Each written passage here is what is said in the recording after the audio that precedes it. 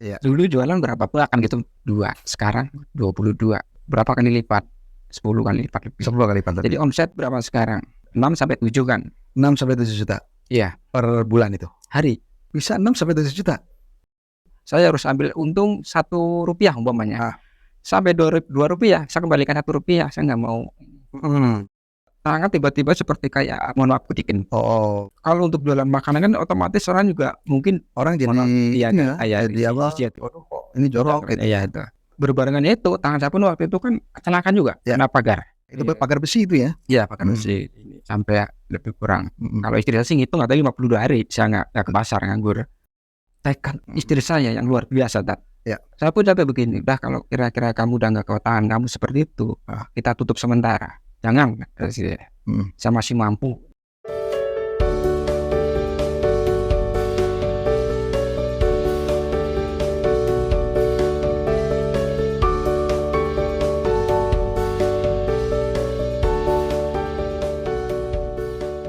Assalamualaikum warahmatullahi wabarakatuh. Sahabat-sahabat lensa hitam, hari ini saya kedatangan tamu spesial saya, juga teman saya, namanya Pak Juhermanto. Beliau adalah pedagang di Pasar Bekasi. Hari ini saya ingin mendengarkan cerita beliau atau kisah-kisah yang nanti bisa diambil hikmahnya dari seorang pedagang pasar yang tentu banyak suka dukanya Pak Herman ya. Sehat Pak Herman? Alhamdulillah sehat ya. Alhamdulillah sehat. Pak Herman kalau boleh tahu spesifiknya di apa? Di dagang apa? Sebetulnya basic saya itu bukan dagang. Basicnya bukan dagang? Lebih di proyek itu dulu. Proyek itu konstruksi. Iya, konstruksi. Itu bikin apa aja Pak konstruksinya? Perumahan, gedung, jembatan, dan lain-lain. Berhubungan dengan konstruksi semua. Konstruksi. Bisa konstruksi dari mana Pak? Semalam saya baru tahu kalau Pak Herman itu memang spesialnya malah di konstruksi ya. Iya, basic saya itu sebenarnya itu. Berawal dari mana itu? Berawal dari tahun 2016. Itu terakhir saya kerja konstruksi. Ya. Saya kerja di Ciputat sana. Di tahun 2016 itu saudara tiba-tiba telepon saya. Ya. Tepatnya di bulan Ramadan itu. Ya. Karena mungkin remote atau di pasar, telepon. Saya suruh bantuin. Saya pikir cuma ya sekedar bantuin. Ya. Itu. Dari sana setelah habis lebaran suruh berangkat lagi. Lalu setelah lebaran itu saya balik lagi suruh balik lagi ke pasar sama saudara itu. Jadi lebih kurang 2 tahun saya itu bergelut di perdagangan itu sambil belajar ya. Susah dukanya kan jadi tahu semuanya itu. Akhirnya punya banyak juga itu waktu itu. Tapi saya pun udah kenal teman dari Depok dulu, namanya Bang Dona itu dulu. Oh ya. Karena dia tahu saya tuh kok mau ikut orang terus kan gitu. Iya. Nah, akhirnya ya udah kita Mas Irfan nggak pengen jualan, dia bilang bingung, nggak pikir modalnya. Ya. Beliau kata singkat saja simpel, karena ada munajat gitu kan. Saya tuh belum kepikiran kemana-mana. Serahkan kepada munajat dulu. Kepada Allah dengan melalui munajat maksudnya ya. Munajat itu adalah kumpulan zikir dan doa di dalam Al-Quran. Baik auratnya dan doanya adalah semua yang diambil dari Al-Quran yang disusun oleh guru kita ya. Guru kita. Ya. Abdi Kiai Haji Syarif Rahmat itu ya. Setelah itu saya pun masih sempat berpikir ini lebih kurang 3 bulan. Setelah itu tiba-tiba pikiran itu saya kayak ngeblank gitu. Ngeblank, udah gak mau kerja, gak mau apa, gimana. Kayak putus asa ya. Kayak putus asa. Akhirnya pulang ke kampung Wonogiri sana. Ibu mertua itu nyaran kamu harus sana sini. Kayak udah ini aja, udah gambaran seakan-akan nasib saya harus ke sana sepertinya itu. Saya pikir begitu. Jadi dari Ustadz Dona itu udah nyaran begini, kan ada munajat itu saja. Dari situ. Nah setelah dari sana saya balik lagi ke Bekasi, pun belum bekerja saya. Kayak orang bingung begitu, apa yang mau dikerjakan gitu ya. Begitu aja selama hampir 1 minggu. Akhirnya saya dapat telepon dari Brebes, orang tua sendiri itu. Telepon begini. Ini ada modal. Tapi saya belum ngomong ini, belum bilang padahal. Belum bilang mau dagang gitu ya. Dagang belum. Tapi orang tahu ujuk-ujuk. Akhirnya saya pulang. Bagaimana ini? Oke. Kalau kamu punya niatan untuk usaha sendiri, ya udah berangkat aja gitu. Akhirnya saya dikasih modal sama orang tua. Walaupun pinjam akhirnya kan. Ya. Dari situ baru mulai ini. Tapi udah kenal sama majelis munajat kan ya. Ya. Itu kan. Berikhtiar di situ juga. Tanya sama teman-teman. Minta pertimbangan dari kawan-kawan dari sana itu. Ya, bagaimana sebut jual begini-begini aja. Ini. Saya akhirnya cari hari yang bagus, yang ini segala macam. Bukalah. Mulai buka usaha di situ. Di pasar itu maksudnya? Iya, besar itu. Tapi dulu kan saya di dalam itu ikut saudara saya. Oh, sekarang di luar tapi punya sendiri. Iya, Sewa sendiri lah gitu sewa ya. sendiri. Dan saya bismillah bikin meja sendiri segala macam gitu. Taruh itu bismillah. Saya itu usaha itu niat saya itu karena untuk ibadah kan gitu deh. Untuk ibadah ya. Untuk ibadah. Jadi saya niatkan untuk ibadah. Motivasi utama adalah ibadah kepada Allah. Kepada Allah. Cari rezeki yang halal Ya, untuk keluarga terutama ya. Dan saya pernah dengar cerita dari Syekh Abdul Qadir Al-Jailani. Oh ya. Bagaimana cara Allah itu memasukkan rezeki itu ke dalam mulut kita dan mengikat tangan dan menutup mulutnya. Namun ada hidangan makanan gitu ya. Mengetes istilahnya dengan cara apa Allah akan mengasihkan. Hampir saya tiru itu seperti itu sebenarnya juga. Nah, pada satu lain itu saya diam aja, diam duduk. Sesekali baca munajat kan kayak jam 10 malam, 11, tepat pukul 12 malam, tengah malam itu udah ada pelanggan. Padahal itu pertama ya? Pertama jualan. Sorry, pertama itu apa itu yang dijual? Tahu. Jadi, nah, tahunya tahu apa? Berbagai macam, ada tahu putih yang besar itu, yang kecil yang ya namanya tahu Jambi itu, yang potongan kecil-kecil, tahu pun ada, tahu susu, macam-macam itu. Tapi itu mentah semua ya? Semua mentah, masih bahan istilahnya. Ikhtiar saya itu seperti itu, akhirnya alhamdulillah kan waktu berjalan. Waktu itu berjalan. Waktu itu istri saya masih ikut orang juga. Dagang tapi ikut orang gitu? Iya. Bantuin gitu ya? Di pasar yang sama atau ya di pasar yang sama? Oh, di pasar yang sama. Saya pikir begini, saya itu nyari rezeki di sini kalau sendiri artinya rezeki saya sendiri di sini. Iya, betul. Saya berpikir, istri saya pun sudah bawa rezeki sendiri. Saya berpikir bagaimana kalau saya ajak bareng kan gitu. Itu dalam 1 minggu, kalau nggak setengah bulan, ajak bagaimana ini nanti kalau seandainya kamu ikut saya, oh ngasilnya baru segitu kan gitu kan gitu. Karena masih dikit. Untuk makanannya masih pas-pasan kan gitu. Kamu gak usah takut deh, mendingan gini aja. Kalau kamu ikut, kamu punya rezeki sendiri, saya pun punya rezeki sendiri. Istilahnya kalau saya 50 kamu jadi satu kan lumayan gitu. Artinya waktu itu istri masih ada keraguan. Keraguan. Karena suaminya itu saya baru merintis, takutnya meringis kan gitu. Begitu. Namanya orang dagang kan perlu penghitungannya. Tapi dengan tekad yang kuat, dengan rasa optimisme dan tawakal yang cukup, Pak Herman memulai meyakinkan istri gitu ya. Saya yakinkan, betul meyakinkan. Karena istri saya kan takut. Ya kalau kita bisa sukses seperti yang lain-lain gitu ya. Lah kalau jatuh di jalan gimana kan begitu. Udah ikhtiar aja lah yang penting gitu. Kalau saya sih percaya begitu. Kamu punya rezeki sendiri, saya rezeki sendiri. Artinya harus digabungkan. Akhirnya masa 2 mingguan lah. Akhirnya mau bergabung situ. Udah boleh ikut jualan begini, udah tenang aja, yang penting kita masih bisa bayar kontrakan, masih kontrakan yang buat makan. Selama 3 bulan sampai 6 bulan itu udah mulai ada perkembangan. Saya sudah mulai yakin. Istilahnya kalau bahasanya itu kalau kita minum obat itu udah bekerja, udah mulai bekerja. Udah bereaksi obatnya. Udah reaksi gitu. Lihat, kemarin waktu saya sendiri kayaknya berat.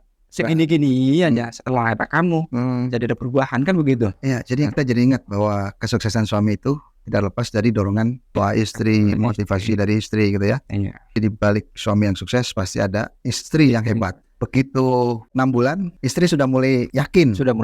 Akhirnya dia yakin. Kelihatan juga ada perkembangan karena berlangganan berdatangan. Kita harus stok ada segala macam, mengantar kan begitu. 6 bulan ke depan udah mulai, tapi namanya pasar gitu ya, ada aja godaannya, cobaannya gitu. Apa tuh godaannya tuh? Kita nggak nyangkut orang-orang lain ya, hanya pribadi sendiri. Tidak menyebut nama. Jadi pada saat itu saya tuh secara kebetulan semuanya,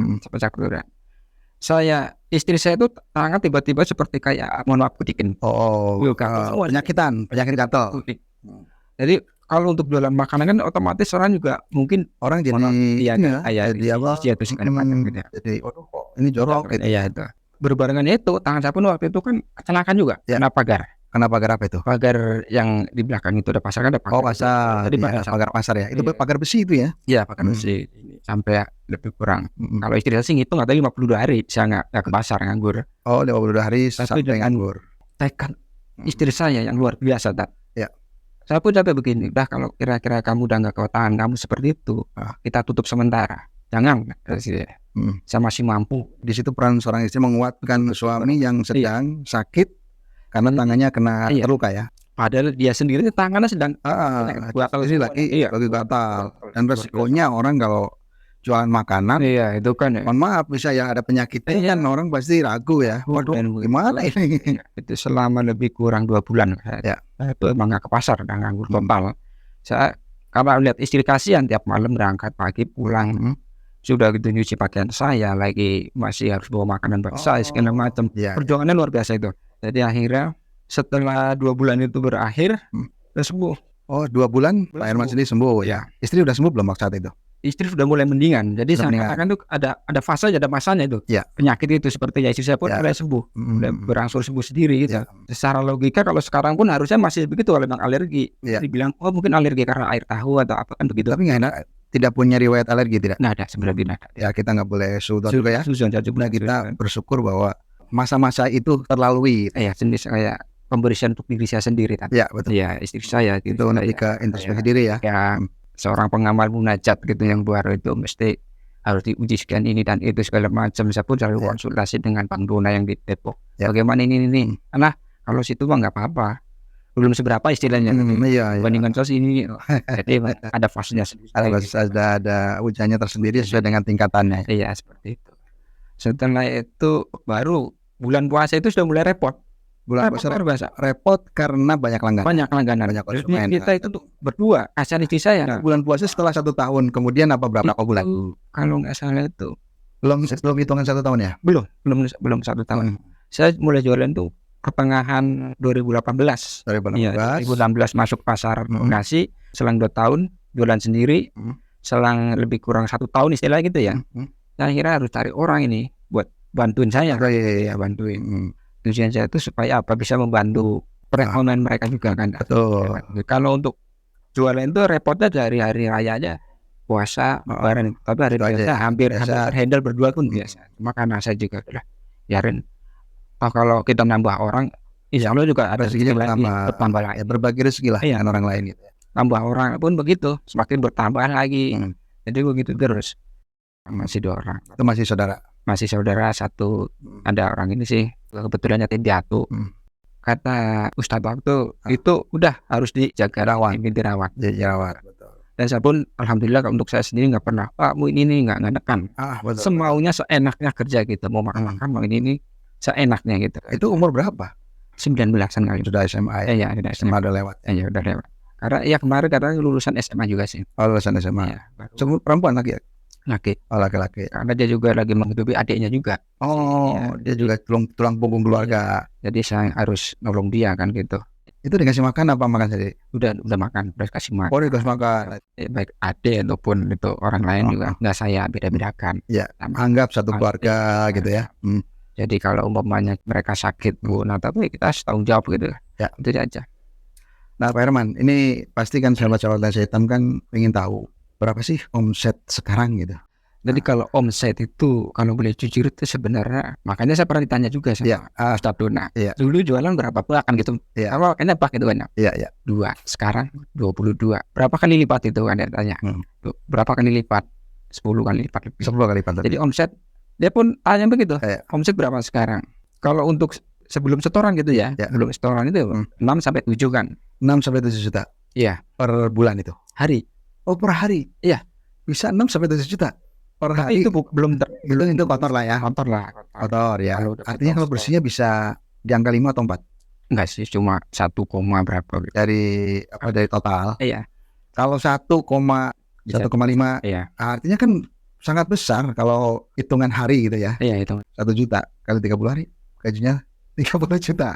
Insya Allah ya. Amin. Karena manusia kan ada ini. Iya, pasti ada kebutuhan lainnya. Artinya cukup besar. Jadi dianggap remeh. Yang penting kerja keras, kemudian banyak inovasi, ditambah selalu bergantung hatinya kepada Allah ya. Dengan diiringi dengan doa-doa. Dan yang paling penting kan memang satu fikrah antara suami dan istri ya. Saling mendukung. Itu paling penting di dalam bekerja, di dalam apapun ya. Suami dengan istri enggak satu pemikiran. Itu cekcok terus. Kebanyakan ini juga. Rizki jadi hambat. Fokus. Nah ini salah satu hikmahnya. Dulu pun ya kalau bicara susah senangnya gitu ya. Karena namanya pedagang kaki 5 kan begitu. Tanpa terpal kalau hujan. Nah itu kalau hujan itu, apalagi musim sekarang uangnya hujan pertama itu biasanya campur angin itu. Angin atau petir itu. Jadi saat ini lapaknya ada tendanya, tutupnya nggak ada atasnya? Nggak ada. Paling kalau pas hujan aja.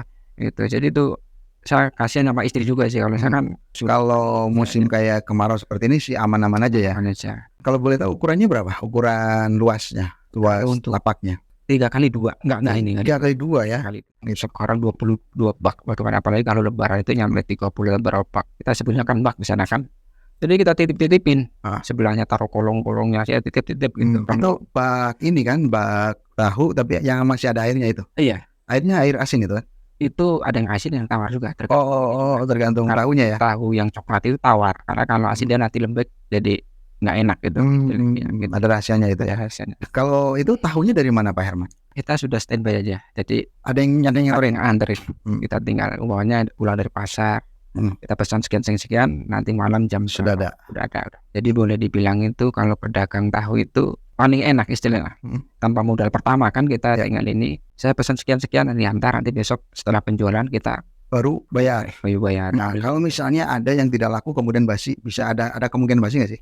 Ada sih, kalau biasa kalau itu nyampe 2 hari sih 2 malam. 2 hari 2 malam. Iya 2 hari. Kalau udah lebih itu saya udah ini aja balikin ke pabrik, dibalikin ya. Iya saya balikin. Jadi nggak mau ini juga kasihan menggandakan pelanggan. Itu jadi 2 hari Pak Herman ya. Itu pun perlu kita ganti air yang baru lagi. Airnya harus ganti. Ya, harus ganti air yang bersih. Garamnya pun harus dicampur garam untuk pengawet. Tapi pengawetnya itu garam artinya alami ya. Alami. Kita bukan dari kimia, bukan ya. Itu banyak yang ini juga. Jadi mereka itu lebih cari amannya istilahnya kan gitu. Cari amannya. Walaupun bertahan cuma 1 hari atau 2 hari gitu. Kalau yang dulu kan bisa sampai 3 sampai 4. Itu yang nggak masuk akal itu. Jadi sekarang cari amannya begitu. Maunya nggak habis. Saya ini aja udah ganti air yang bersih itu, kasih garam, simpan udah. Nanti malam jual harus cepat-cepat dijual gitu juga. Dan itu pun yang pengaruh juga sama harga. Kalau yang ini kita harga agak turunin kasihan. Dan juga saya kadang bilang sama pelanggan, biar nggak kecewa. Istilahnya ini tahu kemarin begini, harus sampai rumah cuci bersih atau gimana caranya gitu. Dikasih tahu dulu ya. Gitu. Artinya jualan yang jujur seperti itu. Kekurangan kelebihnya disampaikan. Jadi antisipasinya kalau misalnya sampai rumah biar nggak basi, berarti harus ganti air atau direbus, dibungkus itu supaya nggak basi kan, yang bilang begitu. Saya itu balokan apa udah potong-potongan sih? Udah potong-potongan. Harus potong-potongan. Iya. Jadi kalau yang tahu jumbo itu yang Cina itu kan ada tuh besar gini, itu udah potong-potongan. Yang Jambi pun ada potongan kecil-kecil. Begitu juga yang tahu susu itu yang kuning itu tahu ya? Tahu susu ya? Nah itu namanya tahu susu itu. Nah, ini kan alhamdulillah Pak Herman sudah melewati masa-masa pahit ketirnya menjadi penjual tahu di pasar. Kalau untuk keamanan dijamin ya kalau di pasar ya? Insya Allah dijamin. Karena kita kan ada bayar retribusi atau lain-lain? Ada sih. Per hari 10.000 untuk meja, 10.000 untuk parkiran, 10.000 untuk lampu dan lain-lain kebersihan ya. Jadi totalnya berapa ribu? Lebih kurang 50. Tapi ketutup ya itu ya? Ketutup misalnya, ketutup. Sekarang saya mau tanya keluarga nih. Kalau anak sudah berapa? Anak 2. Anak 2 yang pertama umur berapa? Umur 18. 18 itu berarti sudah SMA? SMA kelas 2. Kelas 2. Dan kebetulan anak saya itu sedang saya titipkan pada beliau Kiai Syarif Rahmat. Oh di pesantren? Aliyah berarti ya? Aliyah. Alhamdulillah, jadi Pak Herman itu tidak hanya memikirkan pendidikan umum tapi pendidikan agamanya ya. Itu tidak hanya memikirkan mencari rezeki saja tapi juga mendidik anak dengan bekal agama yang cukup sehingga dipesantrenkan di Umbul Qura, Pondok Cabe asuhan Kiai Syarif Rahmat itu ya. Yang di rumah? Kelas 5 SD. Perempuan lagi? Laki. Yang perempuan. Kita doakan mudah-mudahan putra-putri kita, putra-putri Pak Herman jadi putra-putri yang soleh dan solehah, memiliki ilmu yang manfaat fid dini wa dunya wal akhirah. Amin. Terus kemudian nanti bisa mencari rezeki yang halal. Amin. Thayyiban barokah untuk bekal ibadah dunia sampai akhirat. Amin ya rabbal alamin. Jadi orang yang ingin berusaha itu yang terpenting adalah satu, mau memulai itu berarti memiliki tekad yang kuat, memiliki semangat yang hebat dan siap dengan segala resikonya. Pasti yang namanya orang sukses itu berawal dari lika-liku terlebih dahulu. Termasuk Pak Herman ini kelihatannya orang nggak menyangka kalau omset bisa segitu banyak gitu ya. Pegawai negeri, pegawai PT itu juga nggak sampai segitu ya. Nah, cita-cita ke depan Pak Herman apa harapan dan cita-citanya ke depan? Harapan citanya ke depan saya sih nggak ini, cuma sedang fokus ke anak sebenarnya. Sedang fokus ke anak? Iya, anak. Pendidikan atau apa? Iya. Yang di pesantren ataupun yang di rumah. Nah, itu yang di rumah. Dalam artinya anak kedua itu kan sekolah, tapi saya dorong terus harus walaupun nggak istilahnya mondok. Yang penting kamu harus dekat dengan ustadz. Betul. Gitu. Mau ngaji. Iya, mau ibadah ya. Dan alhamdulillah ini sebenarnya sih berkat munajat juga sebenarnya. Alhamdulillah. Karena dalam doa munajat itu ada doa untuk anak gitu. Walaupun di sana sangat sulit untuk pendidikan agama, Allah itu mengirimkan sampai Ustadz dari Kendal itu Semarang. Di daerah mana kalau tahu? Di daerah Wonogiri. Wonogiri. Oh, anak sakit di kampung. Iya. Oh, anak di kampung. Iya, anak di kampung. Yang tadinya mah lingkungan ya kalau dibilang ya cukup abangan lah ya, anak kutip abang. Iya. Allah kirimkan Ustadz dari Kendal. Di situ tuh anak saya istilahnya digandeng terus, yang digandeng.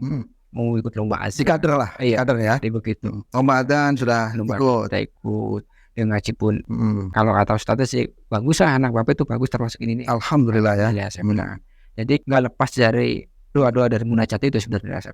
Oh gitu. Iya. Ya, berarti kan nih cukup bangga, bahagia, sekaligus mungkin bersyukur Allah kirimkan seorang ustadz dari sana. Iya. Boleh disampaikan, misalnya ustadz ini sedang menonton, silakan disampaikan ke ustadznya. Gitu. Saya berterima kasih kepada ustadz yang telah membimbing dan menggandeng anak saya untuk menjadi anak yang lebih baik, soleh, dan dapat membaca Al-Quran lebih baik lagi. Itu saja saya banyak. Terima kasih. Saya juga mau berpesan untuk sahabat-sahabat lain saya. Ya, silakan Pak Herman. Untuk modal usaha itu sebenarnya yang utama itu bukan uang, bukan materi. Modal usaha baik itu jualan atau apa lainnya. Yang pertama itu jujur. Jujur ya? Masya Allah. Saya berangkat dari sana jujur. Kejujuran itu kalian bawa kemanapun insya Allah selamat. Saya harus ambil untung Rp1 umpamanya. Sampai Rp2 saya kembalikan Rp1, saya nggak mau. Jadi saya ingat dengan satu kisahnya Kanjeng Nabi itu dengan jualan karena kelebihan untung, beliau pun mengembalikannya. Keuntungan itu saya nggak mau lebih gitu. Apalagi nih kadang-kadang Pak Herman, ada misalnya penjual yang pura-pura nggak ada kembalinya. Nah, itu. Dengan harapan biar dia diikhlaskan gitu kan. Itu ya juga dihindari hal-hal seperti itu ya. Tidak, kalau saya untuk pribadi saya tidak.